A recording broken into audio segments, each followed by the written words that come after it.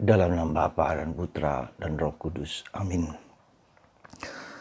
Allah Bapa di surga, kami mengucap syukur dan terima kasih Bapa, bahwa Engkau peduli pada kami, Engkau hadir pada kami, dan Engkau selalu mendoakan, memperhatikan kami. Engkau memberikan kepada kami seorang kudus, Santo Dominikus, pendiri Ordo Pengkhotbah, OP. Di saat yang tepat, Engkau memberikan orang-orang yang terbaik bagi kami, sehingga dapat menjawab, membantu, menjelaskan, dan menyelesaikan apa yang penting dan perlu bagi orang-orang di zaman ini. Tumbuhkanlah, kirimkanlah orang-orang yang tepat di zaman ini. Demi Kristus Tuhan dan pengantara kami. Amin. Para saudara, pada tanggal 8 Agustus 2020, kita merayakan Santo Dominikus, seorang imam, seorang pendiri Ordo Pengkhotbah atau yang sering disebut OP. Di zamannya pada waktu itu ada kesesatan-kesesatan, maka dia tergerak untuk menjelaskan, memaparkan dan menguraikan apa sebenarnya ajaran Katolik yang benar. Maka dia pergi kemana-mana, pergi ke desa-desa seperti Yesus belusuan dan mewartakan, mengkhotbahkan apa yang menjadi pesan Yesus yang paling utama. Nah itulah, jadi di zaman ini pun ada banyak kesesatan-kesesatan, maka dibutuhkan orang-orang yang memiliki iman yang teguh, iman yang kuat, iman yang dalam untuk dijelaskan kepada banyak orang di zaman sekarang ini. Semoga muncullah orang-orang yang dapat menjelaskan kebingungan, kesesatan, dan pikiran-pikiran yang tidak benar di zaman ini, terutama dengan materialisme, hedonisme, konsumerisme, di mana orang terpaku, dipaku, dan terpesona dengan keindahan-keindahan dan terikat oleh keindahan alam semesta yang memang indah.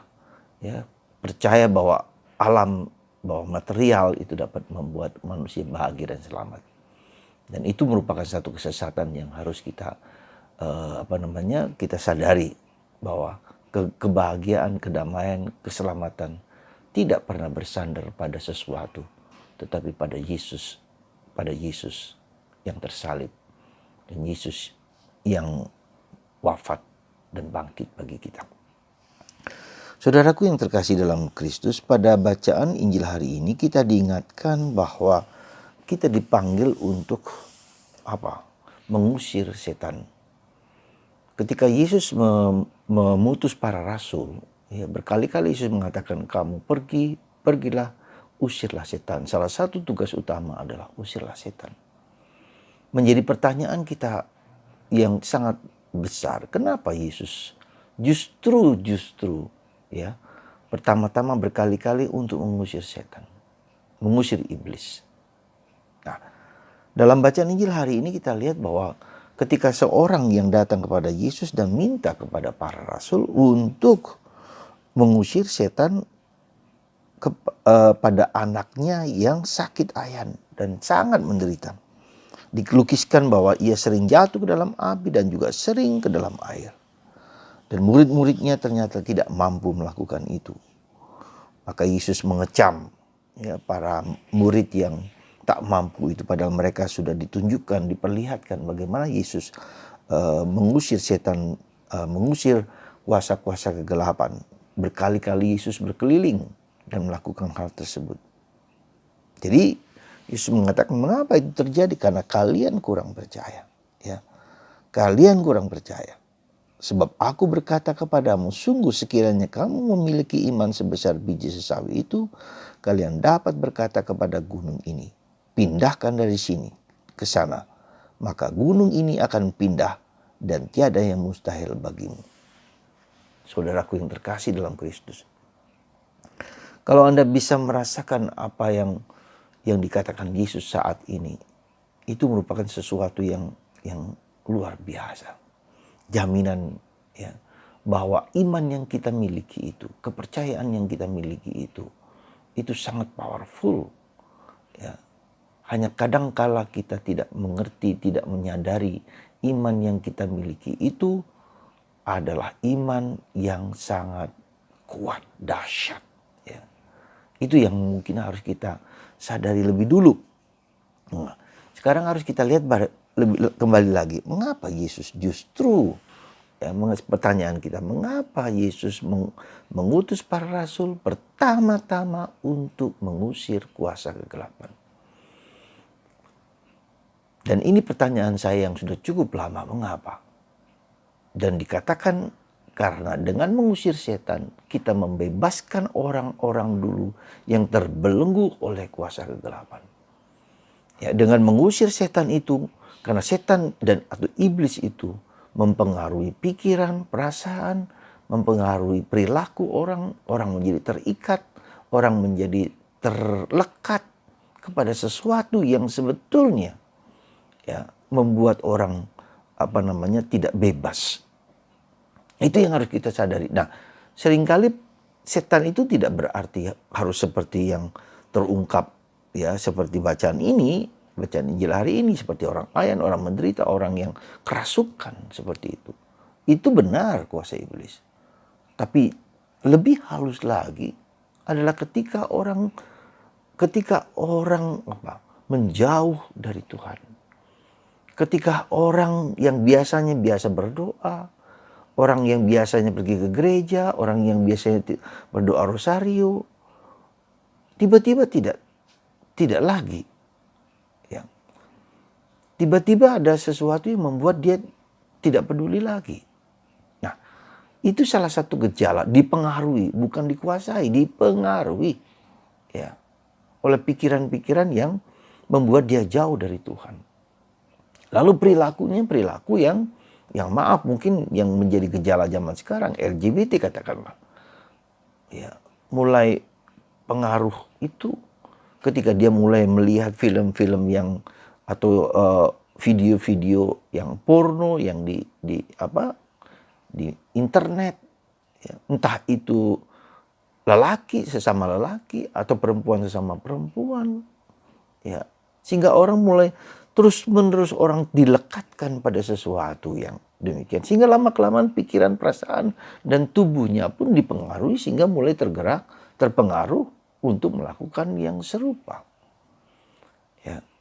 Jadi kebiasaan-kebiasaan buruk yang terjadi itu yang kita lihat di sekitar kita, yang terus-menerus dipromosikan, yang terus-menerus disajikan, membuat orang pikirannya lama-lama menjadi seperti apa yang ia pikirkan, apa yang perasaan. Nah itulah, jadi itu pengaruh dari kuasa iblis. Dan itu coba Anda perhatikan di internet. Ada seorang teman yang bercerita teman itu bercerita kepada saya tentang satu keluarga yang anaknya ketika berada di Australia, karena melihat internet yang begitu bebas, sehingga mempunyai kecenderungan menjadi seorang homo. Dan kemudian bergaul dengan homo, padahal sebelumnya tidak. Karena terus-menerus melihat film-film yang demikian. Dan begitu bebas, di mana-mana bisa melihat. Ya. Orang begitu, sehingga ketika lingkungan itu yang buruk itu, ketika dia belum siap secara pribadi, lalu ada seorang keluarga juga yang mengirim anaknya pergi ke luar negeri, ke Australia juga. Ya, apa yang terjadi pulang ke Indonesia menjadi sangat rebellion terhadap orang tuanya, melawan orang tuanya, nggak peduli dengan orang tuanya. Nah, sekarang saya bilang, apakah ini suatu perubahan perilaku? Memang, tapi dari mana asalnya? Pengaruh dari devil, dari kuasa kegelapan. Dan itu yang kita lihat. Nah, maka seorang pengkhotbah mengatakan,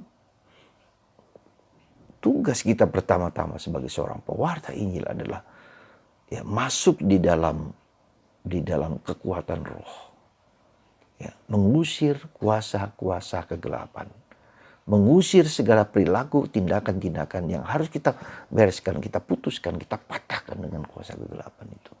Kuasa kegelapan itu dengan kuasa Yesus. Nah, kalau demikian, maka apa yang sebetulnya menjadi tanggung jawab kita? Yang menjadi tanggung jawab kita adalah sungguh-sungguh bahwa kita harus harus hidup dalam kekuatan roh Yesus. Ya. Jadi iman kita tidak cukup hanya sekedar menjalankan suatu ritual liturgis belaka. Tetapi pengalaman perjalanan kita dalam berdoa menjalankan ritual liturgis itu harus membawa kita masuk kepada suatu roh kudus. Roh Allah. Ya, roh Yesus yang mengusir kuasa kegelapan. Jadi dengan kata lain, itu menunjukkan tingkat yang lebih dalam dari iman kita. Ya, kita harus tidak hanya selevel dangkal, tetapi harus masuk ke dalam level roh, kehadiran Roh Kudus, kehadiran Yesus, kehadiran Bapa, kehadiran Tritunggal, kehadiran Tuhan itu disadari sebagai yang hadir, yang hidup, yang ada ya, di dalam keseluruhan hidup kita. Nah, pertanyaan kita selanjutnya, coba kita renungkan sendiri. Sejauh mana saya, Anda, aku mengalami kehadiran Yesus, kehadiran Roh Kudus di dalam hidup kita. Ya. Kita sadari, karena semakin lama kita semakin berdoa, semakin juga banyak sekali tantangan. Nah, ketika orang disitulah, tantangan-tantangan itu adalah pengaruh-pengaruh jahat. Ketika orang kita dipengaruhi pikiran kita, perasaan kita, yang selalu menggocok kita untuk menjauh dari Tuhan. Nah, itulah sebetulnya. Di saat itulah kita bisa mengatakan, Tuhan tolong aku. Supaya aku dapat ya mengalahkan kuasa kegelapan dalam diriku sendiri. Maupun dalam diri orang lain. Kita menjadi peka, menjadi tajam. Maka Yesus mengatakan, pergilah engkau diutus untuk mengusir setan. Nah, lalu Yesus mengatakan, mengapa kami tidak mampu? Ya karena kamu kurang percaya. Karena kamu kurang juga melatih, kurang mendalami, semakin dalam, semakin masuk ke dalam roh Tuhan. Maka Yesus mengatakan doa yang benar adalah kamu akan dibawa kepada dalam roh dan kebenaran. Doamu adalah dalam roh dan kebenaran. Saudara, tantangan zaman ini zaman yang sangat berat.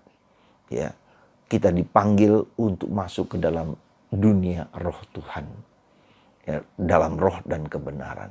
Semoga Anda, saya tergerak untuk semakin mendalam. Ketika kita ada dorongan untuk menjauh dari Tuhan, ada dorongan untuk tidak berdoa lagi, ada dorongan untuk melakukan yang bertentangan dengan kehendak Allah, ya, yang membuat orang menjadi miskin, yang membuat orang menjauh dari apa yang biasa kita lakukan, hati-hati.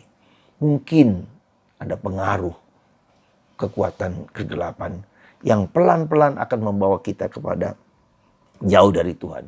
Atau yang kedua, kebiasaan-kebiasaan yang kebiasaan-kebiasaan yang keterlekatan kita kepada sesuatu. Ya. Sekali lagi, keterlekatan kita kepada sesuatu hal. Ya. Itu juga penting kita sadari. Ya.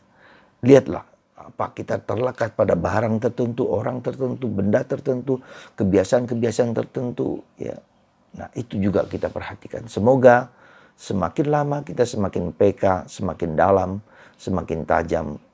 Sehingga iman kita yang sebesar biji sesawi itu membuat kita yakin untuk bertindak atas dorongan Roh Kudus, Roh Allah.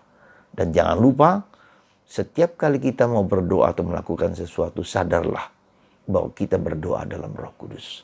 Coba, ketika kita berdoa, kita membuat tanda salib dalam nama Bapa dan Putra dan Roh Kudus. Jadi tanda salib itu pun adalah kesadaran bahwa kita berdoa dalam Tritunggal Maha Kudus.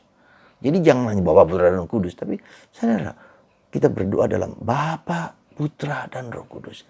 Jadi mulut dan hati kita itu mulut, hati dan kuasa Yesus, Bapa, Putra dan Roh Kudus. Dan itu menjadi powerful.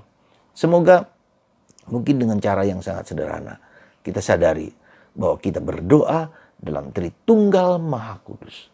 Kuasa Allah yang ada dalam diri kita, yang kita lakukan, kita doakan. Semoga kita semakin masuk di dalam roh dan kebenaran Tuhan. Dan roh itulah membimbing kita, menuntun kita, dan menghancurkan kuasa dosa, kuasa iblis dalam diriku sendiri, dalam diri orang lain, dalam diri siapapun juga. Tuhan memberkati Anda. Allah Bapa di surga, semoga kami semua diberi kekuatan untuk berdoa dalam roh dan kebenaran. Dan setiap kali kami berdoa dan membuat tanda salib, kami sadar kekuatan Tritunggal Maha Kudus yang ada dalam diri kami, yang menguasai kami untuk menggunakan dalam tanda petik memakai Engkau sebagai senjata kami melawan kuasa kegelapan dimanapun juga. Terima kasih Tuhan, Engkau telah membebaskan kami dari kuasa-kuasa itu.